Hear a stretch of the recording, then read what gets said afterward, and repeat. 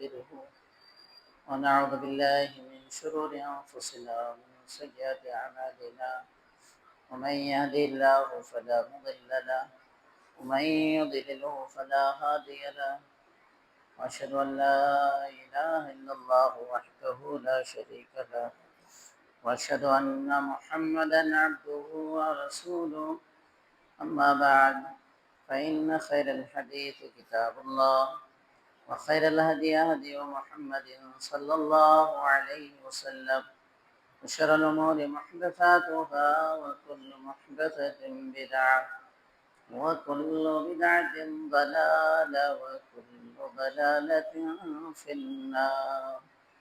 فأعوذ بالله السميع العليم من الشيطان الرجيم. بسم الله الرحمن الرحيم.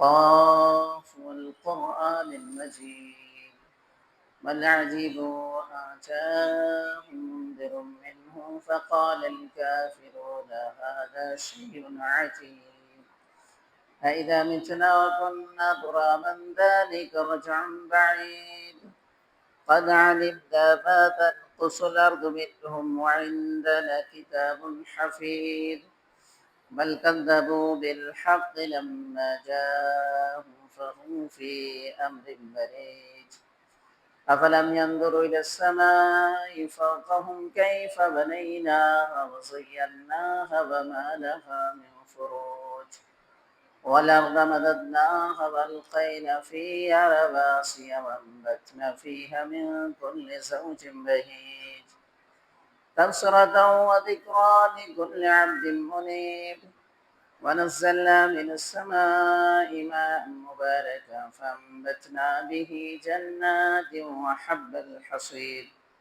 والنخل باسقات لها طلع نضيد رزقا لعباد وأحيينا به بلدة ميتا كذلك الخروج كذبت قبلهم قوم نوح وأصحاب الرس وثمود وعاد وفرعون وإخوان لوط وأصحاب الأيكة وقوم تبع كل كذب الرسل فحق وعيد أفعينا بالخلق الأول بل هم في لبس من خلق جديد.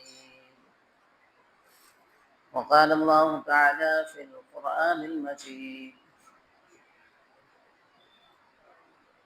وَإِذَا قُرِئَ الْقُرْآنُ فَاسْتَمِعُوا لَهُ وَأَنصِتُوا لَعَلَّكُمْ تُرْحَمُونَ.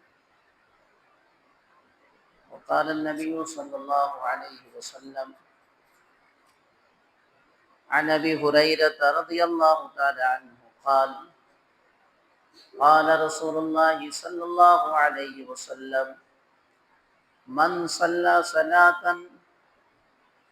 لم يقرأ بها بفاتحة الكتاب فهي خداج ثلاثا غير تمام. قيل لأبي هريرة رضي الله تعالى عنه إن نكون وراء الإمام قال اقرأ بها في نفسك رواه مسلم.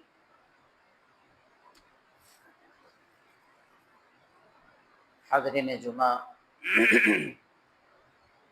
نوجوان ساتھیوں، بزرگوں، معصوم اور عزیز بچوں، پردہ نشین ماں اور بہنیں، تمام قسم کی حمد و ثنا، تعریف اور توصیف، کبریائی اور بڑائی اللہ رب العالمین کے لیے. اس کے بعد بے شمار درود و سلام نازل ہو تمام انبیاء کرام پر، خصوصاً آخری نبی سید الانبیاء شفیع المذنبین تاجدار بطحا جناب محمد عربی صلی اللہ علیہ وسلم پر. پچھلے خطبہ جمعہ میں سفر کے تعلق سے کچھ اہم باتیں آپ کے سامنے پیش کر دی گئی تھی. اس سے پہلے نماز کے تعلق سے بات آئی تھی، جس میں نماز نبوی صلی اللہ علیہ وسلم کے تعلق سے میں نے بتایا تھا کہ اگر ہماری اور آپ کی نماز نبی صلی اللہ علیہ وسلم کے طریقے پر ہے تو ہماری نماز قبول ہوگی، اس کا اجر و ثواب ہمیں ملے گا، اور اگر ہماری نماز نبی صلی اللہ علیہ وسلم کے طریقے پر نہیں ہے تو ہماری نماز اللہ کے ہاں قبول نہیں ہے۔ اس تعلق سے بہت سارے دلائل حدیث کی روشنی میں واضح طریقے سے میں نے آپ کے سامنے پیش کیا تھا۔ آج کے خطبہ جمعہ میں کچھ مثالیں اس کی کہ نبی صلی اللہ علیہ وسلم کی نماز یہ تھی، طریقہ یہ تھا، اس لیے ہمیں نبی صلی اللہ علیہ وسلم کے طریقے پہ ہی اپنے نماز کو ادا کرنا ہے۔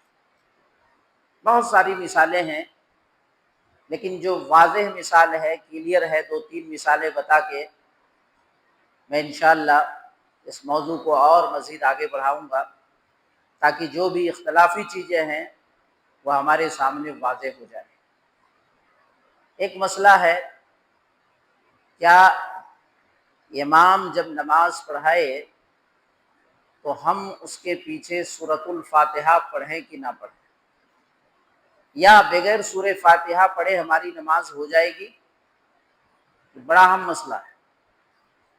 ہم سورہ فاتحہ نہ پڑھیں، امام صاحب پڑھ لیں، امام صاحب نے پڑھ لیا، ہماری نماز ہو جائے گی، یا سارے لوگوں کو سورۃ الفاتحہ یعنی الحمدللہ رب العالمین پڑھنا ضروری ہے، اس کے بغیر نماز ہماری ہوگی ہی نہیں؟ یہ بڑا اہم مسئلہ ہے، اس کو سمجھنے کی ضرورت ہے۔ آئیے حدیث کی روشنی میں اس کو سمجھنے کی کوشش کرتے ہیں۔ اگر ہم کوئی بھی نماز پڑھتے ہیں، چاہے وہ نفل نماز ہو، چاہے وہ فرض نماز ہو، چاہے وہ جنازے کی نماز ہو، کوئی بھی نماز دنیا کی ہے، چاہے استسقاء بارش طلب کرنے کی نماز ہو، چاہے استخارے کی نماز ہو، جو بھی نمازیں ہیں، اگر ہم اس میں سورہ فاتحہ نہیں پڑھتے ہیں تو ہماری نماز نہیں ہوتی ہے۔ کیا دلیل ہے؟ اب دلیل دیکھیں، آپ اس پر غور کریں۔ سب سے پہلے ہم صحیح بخاری کو لیتے ہیں۔ قرآن میں تو کہا گیا نماز پڑھو، لیکن نماز کیسے پڑھو، نماز کیسے قائم کرو؟ اقیموا الصلاۃ کے لفظ کی تفسیر حدیث میں ہے، کیونکہ نبی صلی اللہ علیہ وسلم نے نماز پڑھ کے بتایا، اور صحابہ آپ کے پیچھے مقتدی کی حیثیت سے تھے، صحابہ نے عمل کر کے دکھایا، نبی صلی اللہ علیہ وسلم نے بھی ہمارے عمل کر کے دکھایا۔ اس لیے بہت ضروری ہے کہ جس طرح اللہ کے نبی اور صحابہ نے دین کو سمجھا، اللہ کے نبی نے اپنے صحابہ کو سمجھایا، اسی طریقے سے ہمیں دین کو سمجھنا ہے، اور اسی میں کامیابی ہے۔ صحیح بخاری آپ کتاب الاذان کی 756 نمبر کی 756 756 نمبر کی حدیث آپ اٹھائیں۔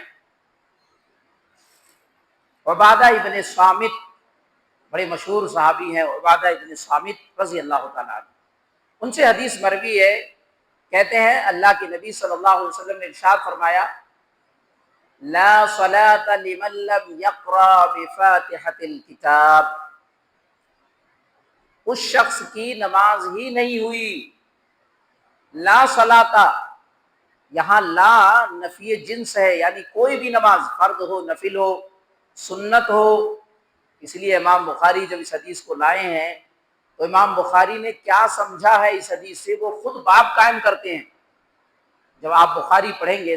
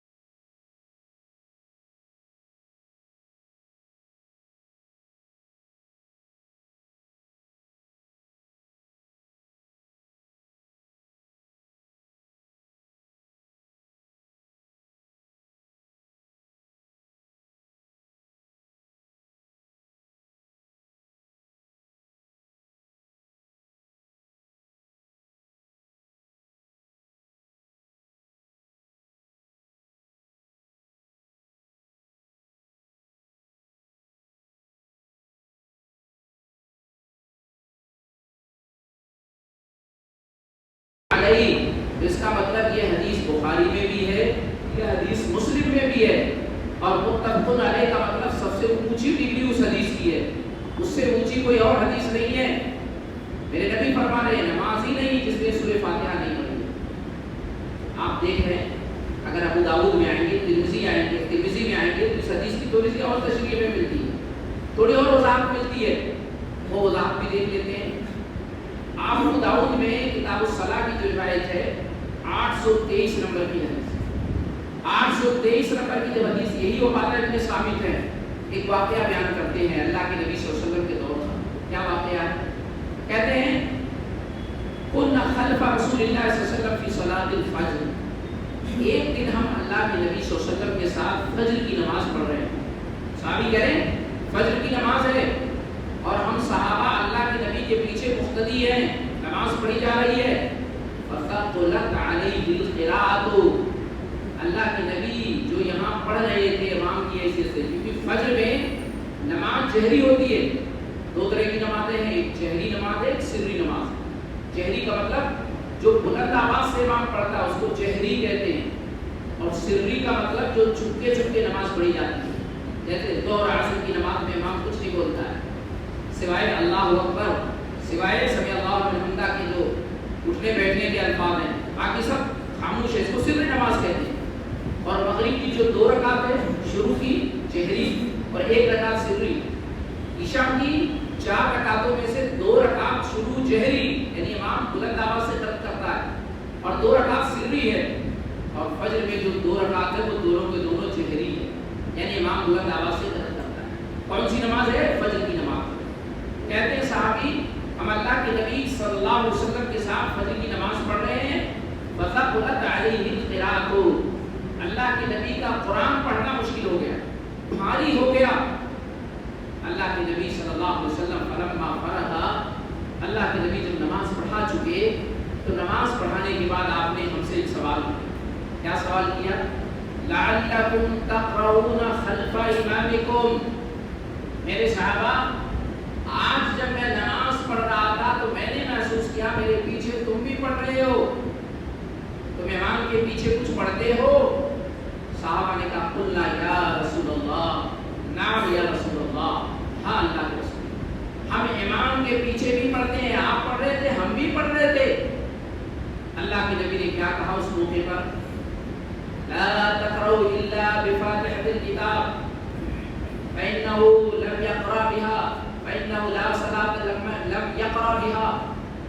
اللہ کے نبی نے کہا دیکھو میرے پیچھے جب نماز پڑھو تو صرف سورہ فاتحہ پڑھو، جب میں نماز پڑھاؤں امام کی حیثیت سے تو میرے پیچھے صرف سورہ فاتحہ پڑھنا ہے، اگر سورہ فاتحہ نہیں پڑھو گے تمہاری نماز نہیں ہوگی۔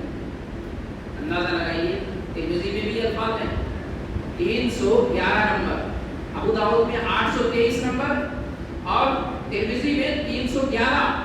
میں اس لیے نمبر بتا رہا ہوں کہ آپ چیک کر لیں، خود ہی دیکھ لیں دین کیا ہے، کیونکہ جب تک ہم دین کو نہیں سمجھیں گے ہم خود اس کے لیے وقت نہیں نکالیں گے، دین کو آپ سمجھ نہیں پائیں گے۔ دین کو سمجھنے کے لیے تحقیق کی ضرورت ہے، ہم کو جاننے کی ضرورت ہے۔ آج وہ حدیث کی کتاب جو ہم سنتے ہیں ہمارے گھروں میں، ہم کبھی دیکھیں تو صحیح کہ نبی صلی اللہ علیہ وسلم کا طریقہ یہ ہے اور بتایا ہمیں کیا جا رہا ہے، جو نبی نے کیا وہ دین ہے، یا جو لوگ بتا رہے ہیں عوام میں جو بات بزرگوں سے چلی آ رہی ہے، بڑوں سے چلی آ رہی ہے وہ دین ہے، ہمیں سمجھنے کی ضرورت ہے۔ یہ اختلافی باتیں نہیں ہیں، یہ دین ہے۔ اگر ہم نماز پڑھتے ہیں اور نماز میں سورہ فاتحہ نہیں ہو رہی اس کا مطلب ہماری نماز ہی نہیں ہو رہی ہے، اتنا بڑا مسئلہ ہے۔ ایک آدمی کو پوری زندگی معلوم ہی نہیں ہوا، اس نے یہی سنا کہ سورہ فاتحہ پڑھنا ہی نہیں ہے، اس کے لیے یہ دعوت فکر ہے، اور فکر کی بات ہے، وہ غور و فکر کرے، دیکھے اٹھا کر کے۔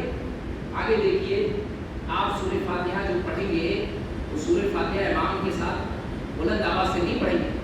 سری نمازوں میں جو چپکے والی نمازوں اس میں تو دھیرے پڑھنا ہے، جو جہری نمازیں ہیں اس میں بھی امام کے پیچھے دل میں پڑھنا ہے، یہ طریقہ بھی بتا دیا گیا۔ یہ امام صاحب جب سورہ فاتحہ پڑھیں گے تو آپ کو خاموش نہیں رہنا ہے، آپ کو سورۃ الفاتحہ پیچھے دل میں پڑھنا ہے۔ کیا دلیل ہے اس بات کی؟ یہ دلیل بھی آپ دیکھیں، یہ دلیل آپ کو صحیح مسلم کے اندر مل جائے۔ صحیح مسلم میں 395 95 نمبر کی جو حدیث ہے وہ حدیث آپ اٹھائیے، اس حدیث کے الفاظ دیکھیے۔ ابو ہریرہ رضی اللہ تعالیٰ عنہ حدیث کے راوی، ابو ہریرہ رضی اللہ تعالیٰ عنہ کیا کہتے ہیں؟ اللہ کے نبی صلی اللہ علیہ وسلم نے ارشاد فرمایا، من صلی صلاۃ لم یقرأ فیہ بأم القرآن فہی خداج خداج خداج ثلاثا غیر تمام۔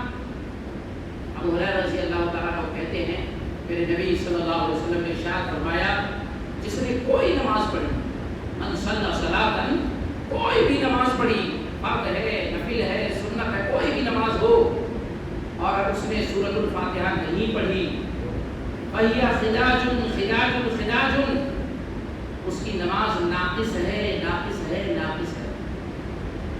خداج کہتے ہیں عربی میں اس اونٹنی کے بچے کو جو بچہ دے لیکن آدھا ادھورا، بچہ کس کام کا؟ ایسے ہم نماز پڑھے اور نماز ہماری ادھوری، محنت بھی کر رہے ہیں اور مزدوری بھی نہیں مل رہی ہے، اس کو عربی میں خداج کا لفظ کہا گیا، اور اللہ کے نبی نے 3 بار کہا، اور کوئی اہم بات اللہ کے نبی جو کہتے تھے تو 3 بار کہتے تھے۔ مقصد کیا تھا کہ لوگ سمجھ جائیں، تو اللہ کے نبی نے اس بات کو 3 مرتبہ دہرایا، نماز ناقص ناقص ناقص۔ اسی حدیث میں غیر تمام یعنی کمپلیٹ مکمل نماز نہیں ہو اس کی۔ اب اسی حدیث میں دیکھیے الفاظ دیکھیے کہ دین کو صحابہ نے جیسے سمجھا ویسے ہمیں دین کو سمجھنا ہے۔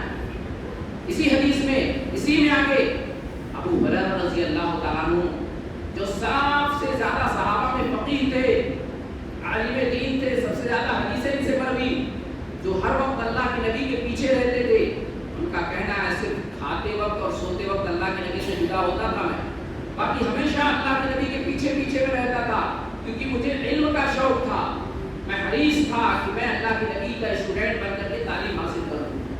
کہتے ہیں وہ وقیل لأبی ہریرہ، ابو ہریرہ رضی اللہ تعالیٰ عنہ سے کہا گیا، ابو ہریرہ آپ یہ کہہ رہے ہیں اللہ کے نبی فرما رہے ہیں کوئی نماز پڑھے سورہ فاتحہ نہیں پڑھے نماز نہیں ہوگی نہیں ہوگی نہیں ہوگی، ان نکون وراء الامام، اگر ہم امام صاحب کے پیچھے نماز پڑھ رہے ہیں تو کہاں سورہ فاتحہ پڑھیں؟ سورہ فاتحہ امام کے پیچھے کیوں پڑھیں؟ اگر ہم امام صاحب کے ساتھ پیچھے پڑھ رہے ہیں، امام صاحب پڑھ رہے ہیں نا، ہمیں کہاں پڑھنے کی ضرورت ہے؟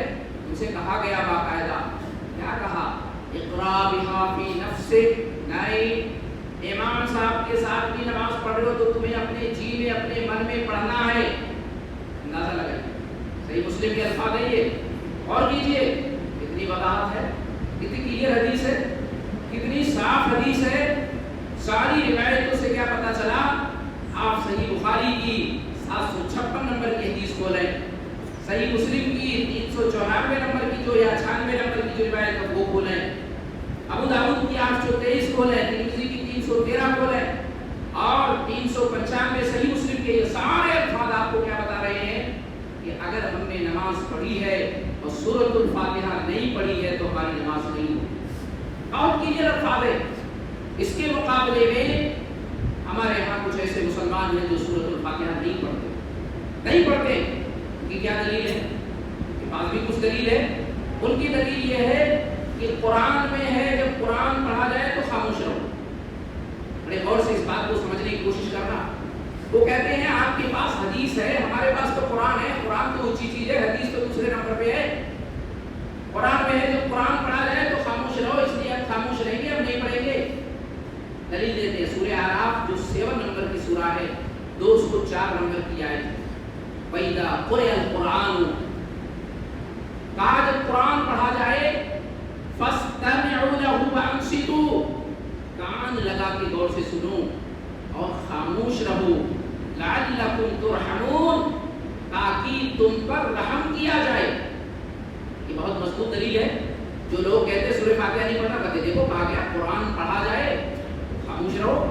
جب قرآن کی تلاوت ہو، یہاں امام سورہ فاتحہ پڑھ رہا ہے، امام کوئی سورت پڑھ رہا ہے تو ہم خاموش رہتے ہیں، ہم قرآن کی بات مان رہے ہیں۔ اور کیجئے، سب سے پہلے ایسے لوگوں سے سوال کیجئے، سوال کہ کیا یہ سورہ اس لیے نازل ہوئی؟ مفسرین نے جو اس کے ماہرین ہیں قرآن کے، کیا انہوں نے یہی بات بتائی ہے؟ کہاں سے یہ بات آپ نے سمجھی کہ قرآن جب پڑھا جائے تو خاموش رہو، مطلب نماز میں سورہ فاتحہ نہیں پڑھنا؟ معاملہ کیا تھا؟ تمام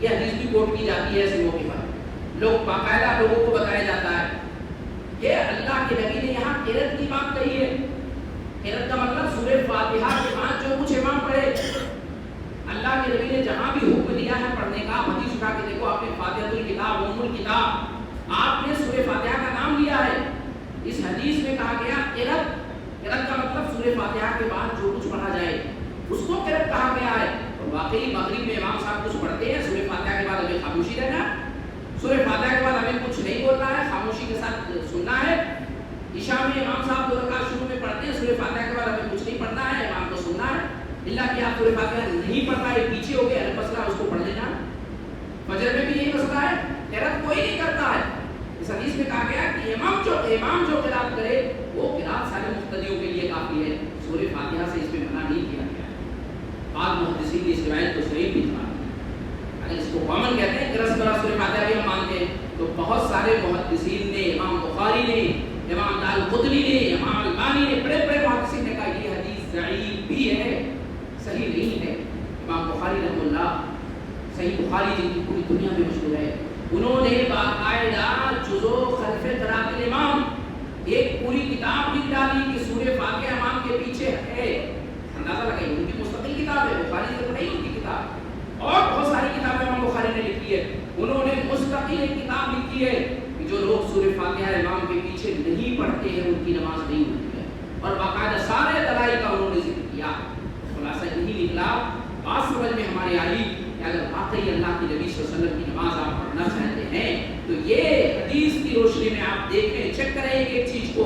یہاں آج ہم نے جمعے کے خطبے میں چیک کر کے دیکھا تو پتہ چلا اگر سورہ فاتحہ ہم نہیں پڑھتے ہیں، چاہے نفل نماز ہو، چاہے فرض ہو، چاہے جنازہ ہو، کوئی بھی نماز ہو، اگر ہم نے سورہ فاتحہ نہیں پڑھی ہے تو میرے نبی صلی اللہ علیہ وسلم کا فیصلہ ہے کہ آپ کی نماز نہیں ہے.